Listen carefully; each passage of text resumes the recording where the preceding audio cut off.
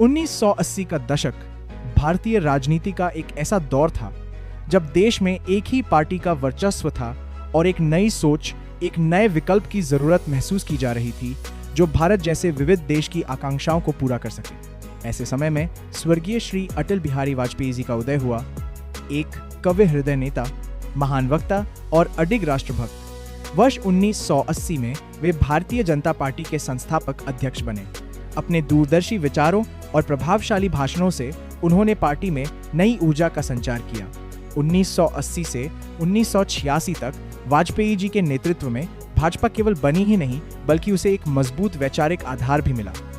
उन्होंने पंडित दीनदयाल उपाध्याय जी के एकात्म मानववाद के सिद्धांतों को आगे बढ़ाया, जिसमें सांस्कृतिक राष्ट्रवाद, आत्मनिर्भर अर्थव्यवस्था और सबका साथ सबका विकास जैसी सोच शामिल थी।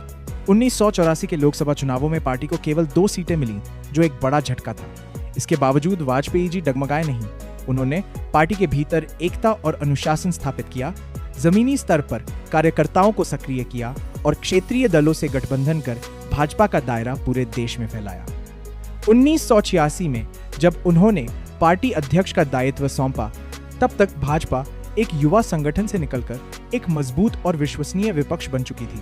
पार्टी की सदस्यता बढ़ चुकी थी। उनके भाषणों ने एक पूरी पीढ़ी को प्रेरित किया और भाजपा को देश की आशा का प्रतीक बनाया। आज भाजपा देश की सबसे बड़ी राजनीतिक पार्टी है और इसकी नींव अटल बिहारी वाजपेयी जी के अथक प्रयासों और मजबूत विचारधारा पर टिकी है।